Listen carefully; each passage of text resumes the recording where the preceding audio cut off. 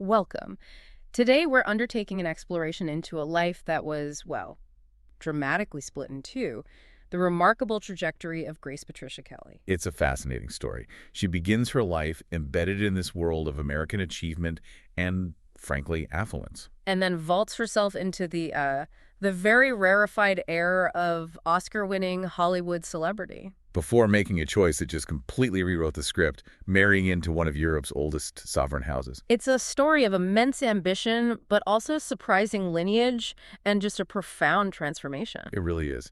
And our source material here, biographies, film studies, historical documents, it's extensive. It covers her life from those foundational years in Philadelphia right through her decades as Princess Consort of Monaco. The wife of Prince Rainier III until her sudden passing in 1982.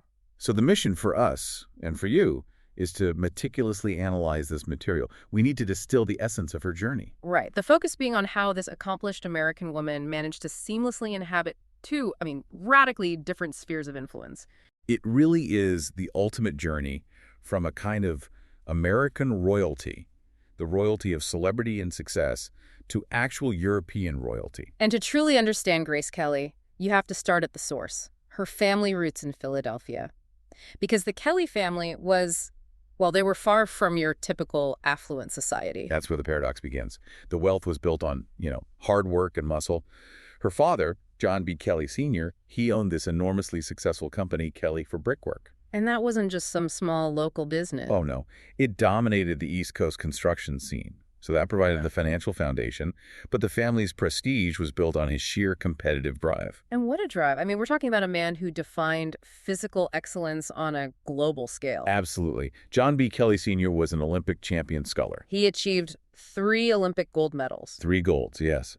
And that speaks volumes about the ethos of that household. It was demanding, competitive, and driven by visible, measurable success. That expectation of achievement must have weighed heavily on his children. Immensely. And his influence wasn't just limited to sports and business. He was politically active, too. Right. In 1935, he ran as the Democratic nominee for mayor of Philadelphia. And he lost by the closest margin in the city's history.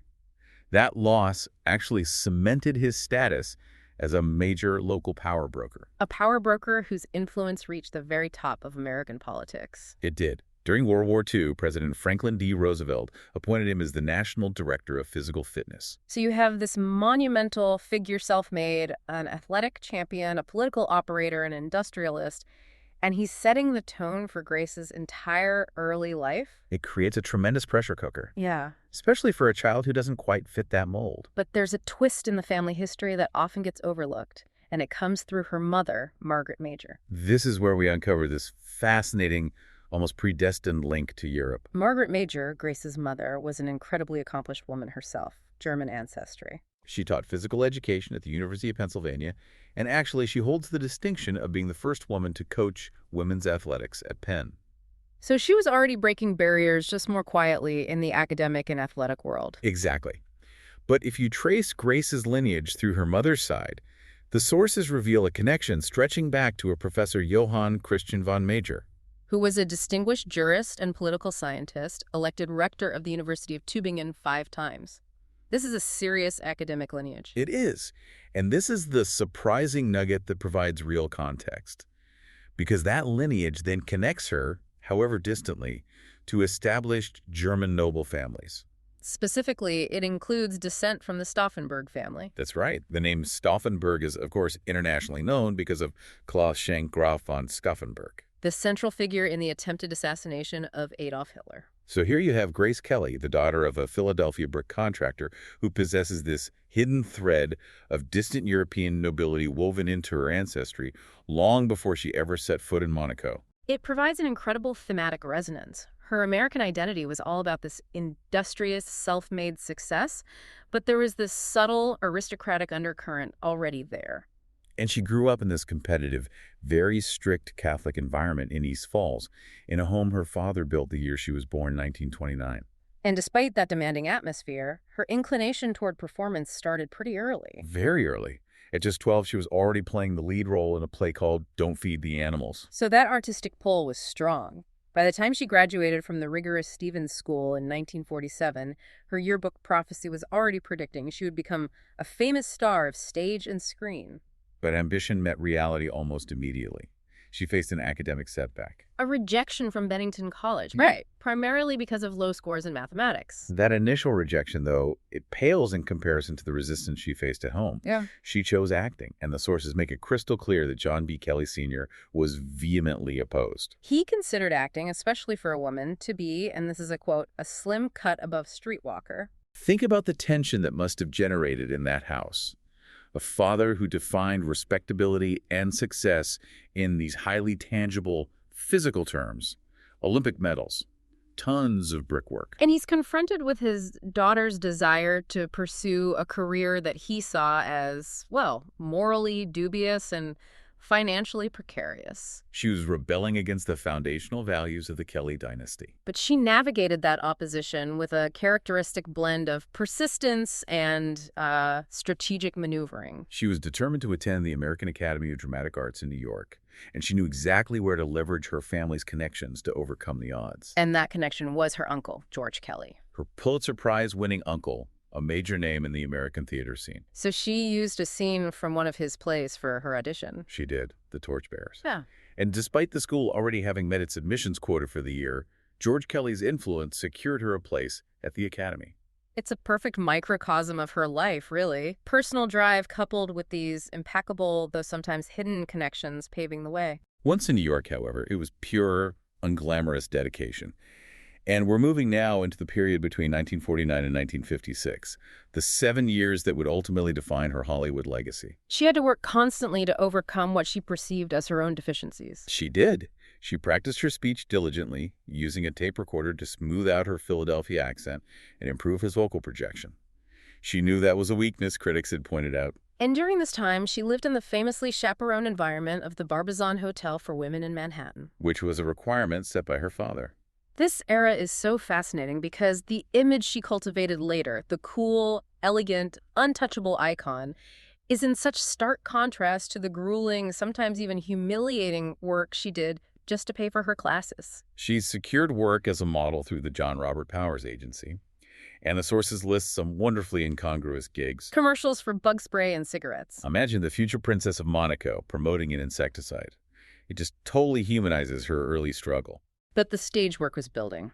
Her Broadway debut was in August, Strindberg as the father, acting alongside the distinguished Raymond Massey. And, perhaps prophetically, her graduation performance role was Tracy Lord in the Philadelphia Story. She was setting herself up to return to that role, almost perfectly foreshadowing her future. Her first official film appearance, though, was minor, a small role in 14 Hours in 1951. And while the film wasn't a breakthrough for her, it's where she started earning a reputation. Her co-star, Paul Douglas, noted her professional ease, praising her as cooperative and non-temperamental. And though the critics didn't really notice her performance, the sheer volume of mail she received led to the creation of the Grace Kelly fan club, which she reportedly found terrifically amusing. What does it tell us that people were drawn to her before the critics even recognized her talent?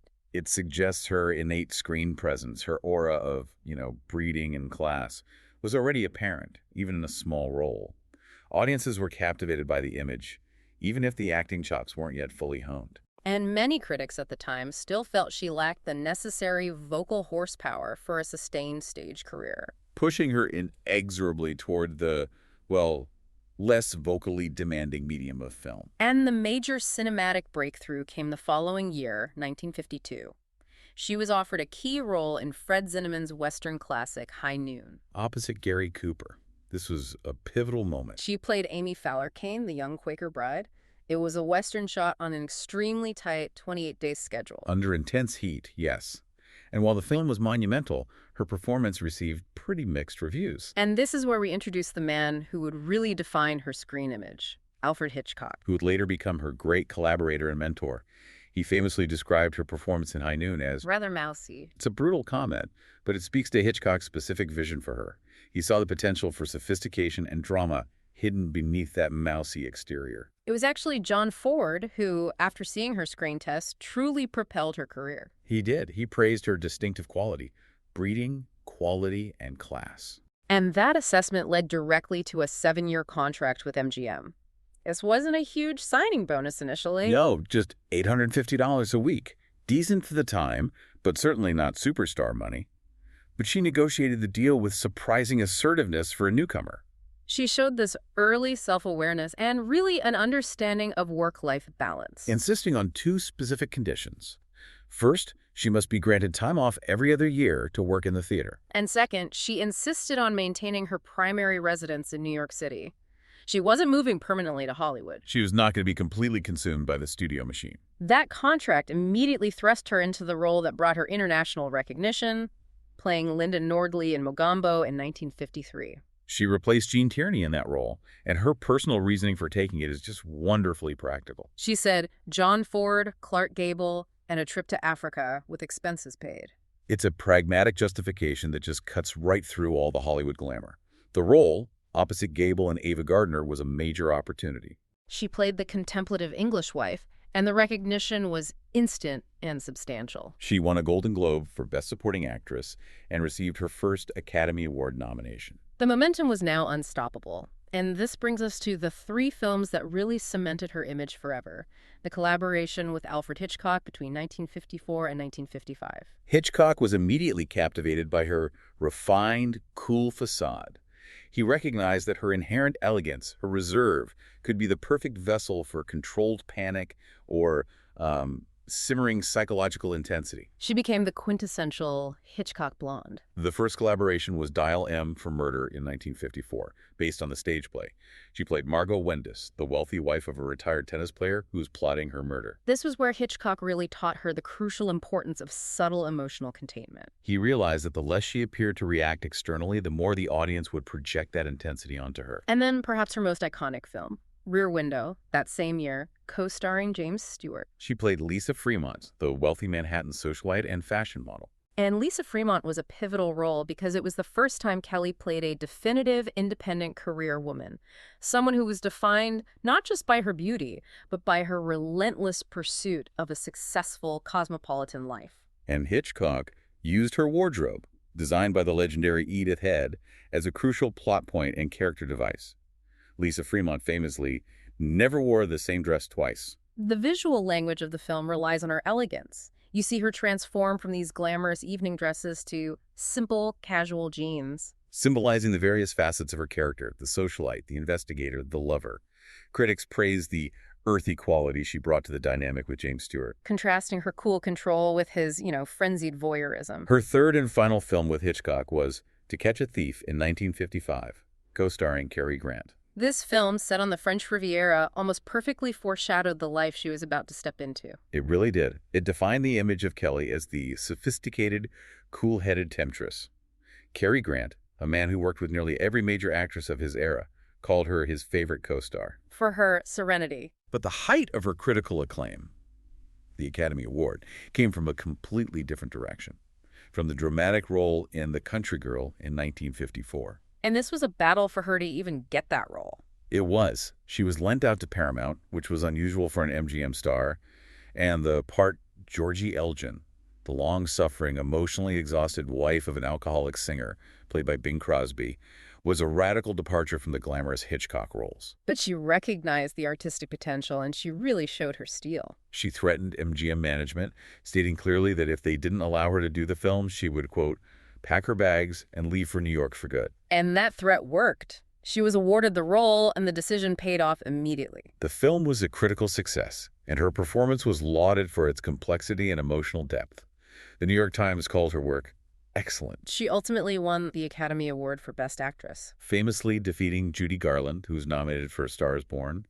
It was the ultimate validation that she wasn't just a glamorous muse, she was a serious, formidable actress. After achieving the highest honor in her profession, she made her final film, and it was, fittingly, a return to her stage roots. A musical remake of the Philadelphia story titled High Society in 1956. In High Society, she played the socialite Tracy Lord, opposite Bing Crosby and Frank Sinatra. It was a relaxed performance, almost a victory lap. By the time that film was released in July 1956, she had already been married for months. Her Hollywood career was incredibly brief, only 7 years. But she had packed enough iconic work into that time to be later ranked 13th on the American Film Institute's 25 Greatest Female Stars list. And this brings us to the royal transformation, a shift that wasn't merely a change of a dress, but a change of identity. And the path began at the Cannes Film Festival in April 1955, where she was heading the U.S. delegation. Yes, during a press event, she was invited to meet Prince Rainier III of Monaco at the Prince's Palace. That was on May 6, 1955. And the sources described the courtship that followed as being rather calculated. Lasting about a year and containing a good deal of rational appraisal on both sides. It wasn't just a whirlwind romance. It was a serious, deliberate union for both of them. Right. For Rainier, he needed an air and stability for his microstate. For Grace, she was choosing a profound new role that satisfied a yearning for purpose beyond Hollywood. They married on April 19, 1956, and the logistics of the event were governed by ancient Monegasque laws rooted in the Napoleonic Code and the requirements of the Catholic Church. Which meant they had to have two distinct ceremonies. The first, the civil ceremony, was brief, just 16 minutes, and held in the palace throne room on April 18, 1956. This was the moment she formally entered the Monegasque royal family. And this is the detail that needs to be made tangible. Upon marrying, she formally acquired 142 titles. 142.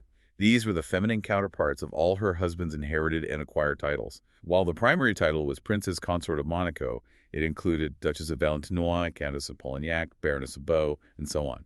It signified her complete absorption into the aristocratic structure of the Grimaldi family, linking her to centuries of European history. And the religious ceremony held the following day at St. Nicholas Cathedral was the global event. This was the transition from private legality to public spectacle. Biographer Robert Lacey famously described the wedding as the first modern event to generate media overkill. The attention was unprecedented. It was estimated that over 30 million viewers across the globe watched the ceremony on television. This was before satellite technology was commonplace. It was a monumental feat of media coordination. Cementing the wedding as the defining global fairy tale of the mid-20th century. And central to that fairy tale image was the wedding attire. The legendary dress, designed by MGM's own Helen Rose, symbolized that transition from Hollywood talent to royalty. It was an incredible feat of design and labor. Requiring 6 full weeks of work by 36 dressmakers. It utilized 25 yards of silk taffeta, antique rose point lace, and pearls. The design was conservative, elegant, and instantly iconic. And after the nuptials, the couple immediately departed for a 7-week Mediterranean honeymoon cruise on Prince Rainier's yacht, the Dio Giovante II. The life of Grace Kelly, the Hollywood star, was definitively over. And her focus immediately pivoted entirely to her new duties. Royal duties, motherhood, and extensive philanthropic work. She officially discontinued her acting career. Family became central. She gave birth to 3 children, Princess Caroline in 1957, Prince Albert in 1958, who is the current heir, and Princess Stephanie in 1965. It's important to note, though, that she never entirely abandoned her American identity. A surprising detail in the sources is that she maintained dual U.S. and Monegasque citizenship throughout her life. That dual identity was actively celebrated in Monaco. She and Rainier held an annual American Week, and the palace celebrated American Thanksgiving every year. It acted as a bridge between the American celebrity culture she left and the European history she embraced. But her main effort was directed toward humanitarian and arts activism, using her immense platform for good. She wasn't just lending her name to things. No, she was dedicating her time and her energy. Her roles were far-reaching. She became president of the Red Cross of Monaco and also served as patron of Rainbow Coalition Children, Which was an orphanage founded and run by the legendary entertainer Josephine Baker. She also immersed herself in local culture, supporting the International Arts Foundation and the Garden Club of Monaco. The sources single out one organization she founded, Amadi Mondial, in 1963. What was the origin and the core mission of that organization? The creation of AMADA, the World Association of Children's Friends, was spurred by her profound concern after witnessing the plight of Vietnamese children. The organization's mission is highly focused to promote and protect the moral and physical integrity and the spiritual well-being of children throughout the world. And this organization gained serious international traction. It wasn't just a local royal charity. Correct. AMADA Mondial quickly gained consultative status within major international bodies like UNICEF and UNESCO, reflecting its global scope and seriousness of intent. Wow. Princess Grace used her celebrity and her title not just to raise funds, but to establish a credible, recognized voice for children's rights on the international stage. She also used her status to advocate for public health in a very personal way, becoming an honorary member of La Leche League. which was a mother-to-mother support group focused on breastfeeding. This was a surprisingly modern move for a royal figure in the 1960s. She was known to have breastfed all three of her children. And by lending her public support, she helped normalize and promote a critical maternal health practice. It connected her, the princess, to the deeply relatable experiences of mothers around the world. She was also dedicated to cultivating the arts within Monaco itself. She established the Princess Grace Foundation in 1964 to support local artisans. And she was instrumental in the cultural life of the principality by helping found the Princess Grace Academy in 1975, a crucial training institution for the Monte Carlo Ballet. Her influence fundamentally transformed Monaco from merely a gambling destination into a respected cultural center. But despite the success and fulfillment she found in her royal and philanthropic roles, there were moments when the pull of her former life, the artistic life, resurfaced. The tension between the actress and the princess was always there, and the most famous example is Alfred Hitchcock's offer in 1962 for her to star in Marnie. The role was highly dramatic, a young, beautiful kleptomaniac. She was reportedly eager to take it, finding the complexity compelling. But the reaction in Monaco was catastrophic. The public outcry was immediate and intense. The people of Monaco were resistant to the idea of their sovereign princess consort, a global symbol of elegance and purity, playing a criminal. The pressure was so severe that she ultimately had to reject Hitchcock's offer, which signified the definitive end of her cinematic career. Her duty to the Monegasque people had superseded her artistic desires. And we see that conflict resurface years later in 1977 when director Herbert Ross wanted to cast her in The Turning Point. But by this time, Prince Rainier himself just dismissed the idea outright. She realized the conventional film screen was close to her. However, she found other creative avenues. She returned to the arts through poetry readings and narrated the Academy Award-nominated documentary The Children of Theater Street in 1977. And she also attempted a partial return to film, collaborating with Rainier. In 1979, they worked on a 33-minute independent film titled Rearranged. This was an attempt to bridge the gap between her past and present. ABC TV executives showed interest in 1982, proposing to extend the short film into an hour-long special. Tragically, her death prevented any further filming, and the film remains unreleased to this day. Her creative pursuits also extended into published works that reflected her aesthetic sensibilities. In 1980, she published My Book of Flowers with Gwen Robbins. This book detailed her deep interest in floral aesthetics, symbolism, and the art of flower pressing. It demonstrated her commitment to the artistic and decorative aspects of life. And she monetized this aesthetic influence ethically, collaborating with the Spring-Made Company on a successful line of homewares titled GPK, and donating the substantial royalties, over $1 million, to her preferred charities. Before discussing the final tragic chapter of her life, we have to acknowledge her singular status as a global style icon, an influence that permeates design and fashion even today. She defined a specific type of elegant glamour, and the most famous artifact of that legacy is undoubtedly the Kelly bag. It's a fascinating instance of a product being renamed purely due to celebrity association. The purse was originally called the Hermès Sac à Dépêche, or dispatch bag. The pivotal moment occurred in 1956, when she was pregnant with Princess Caroline. Paparazzi were relentlessly pursuing photographs. And she was frequently captured clutching this large, distinctive leather handbag in front of her abdomen, which was likely just a functional, modest attempt to shield her pregnant belly from the intrusive lenses. But the photographic association between Grace Kelly and that handbag was so powerful and so ubiquitous that it just skyrocketed the accessory's popularity. And Hermes made the unprecedented decision to officially rename the bag the Kelly bag. It's a testament to the sheer magnitude of her influence. Her style itself was consistently recognized. She was inaugurated into the International Best Dressed List Hall of Fame in 1960. And notably, was named the Best Tailored Woman by the Custom Tailored Guild of America in 1955. Her look was defined by a classic, polished aesthetic. The sources often cite the fresh-faced look, bright skin, natural beauty, minimal makeup, and the college girl everyday fashion. Simple, tailored, and always perfectly pulled together. Her influence spans generations. Designers like Tommy Hilfiger and Zac Posen cite her as a key inspiration. And in popular culture, the fictional character Betty Draper from Mad Men is explicitly complimented within the show for resembling Grace Kelly. It demonstrates that her image remains shorthand for a particular brand of cool, reserved, mid-century elegance. And that legacy is continuously celebrated. The Victoria and Albert Museum in London held the Grace Kelly Style Icon exhibit, featuring 50 of her iconic ensembles. Including that breathtaking wedding dress. It speaks to a lasting influence that very few stars ever achieve. She represented an ideal of reserved perfection. And it is that image, that life of elegance and accomplishment, that makes the circumstances of her death all the more shocking and profoundly tragic. The incident occurred on September 13, 1982. It was an unimaginable misfortune. Princess Grace was driving her 1972 Rover P6 3500 back to Monaco from the family's country home in Rock Aigle. And while driving on a steep, winding stretch of road, she suffered a mild cerebral hemorrhage. This medical emergency caused her to lose control of the vehicle. The car drove off the road and tumbled nearly 100 feet down the mountainside. Her youngest daughter, Princess Stephanie, was in the passenger seat. She reportedly tried desperately but unsuccessfully to regain control of the vehicle. And we have to acknowledge the deep distress and trauma this event inflicted on the family. Princess Grace was transported to the Monaco hospital, which was later renamed the Princess Grace Hospital Center.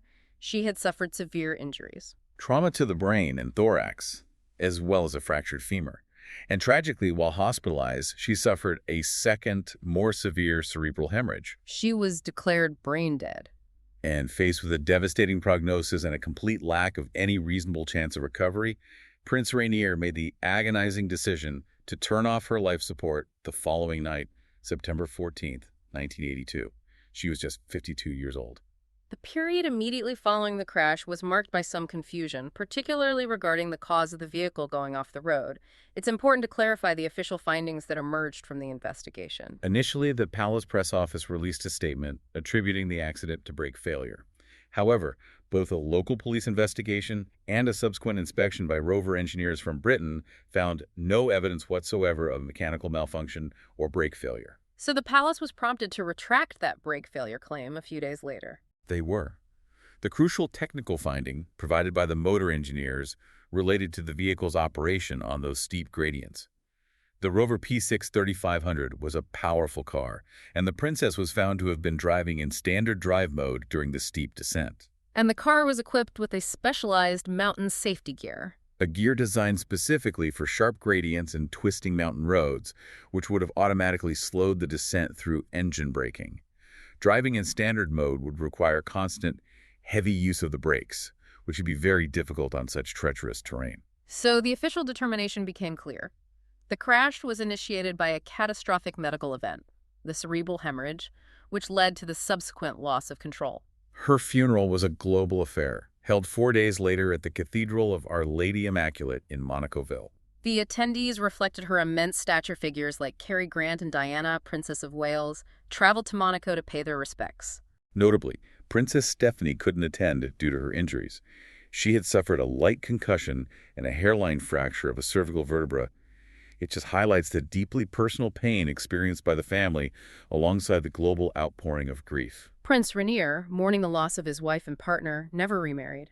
And when he passed away in 2005, he was buried beside her. Her memory, however, is not just preserved in the physical graves, but in the foundations and the organizations she created. We have her own words on how she wished to be remembered. As someone who accomplished useful deeds and who was a kind and loving person. That legacy is actively maintained. In 1984, the Princess Grace Foundation USA was established by Rainier to continue her anonymous work of assisting emerging theater, dance, and film artists in America. Operating in the spirit of supporting new talent, just as she struggled to find her footing decades earlier. To date, this foundation has awarded over $15 million. And her original global humanitarian organization, Amade Mondiale, continues its crucial work, spearheaded today by her children, Princess Caroline and Prince Albert. She is physically commemorated across Monaco, too. The Princess Grace Rose Garden, the Princess Grace Irish Library. And there's Avenue Princess Grace in Monaco, which is famously known as one of the most expensive streets in the world.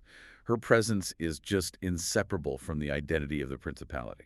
So when we look back at her entire journey, a Philadelphia society girl, born of immense self-made American wealth, yet carrying a distant thread of European nobility. Whose personal drive led her to Hollywood royalty and an Oscar, only to choose a life of actual royalty dedicated to global humanitarian causes.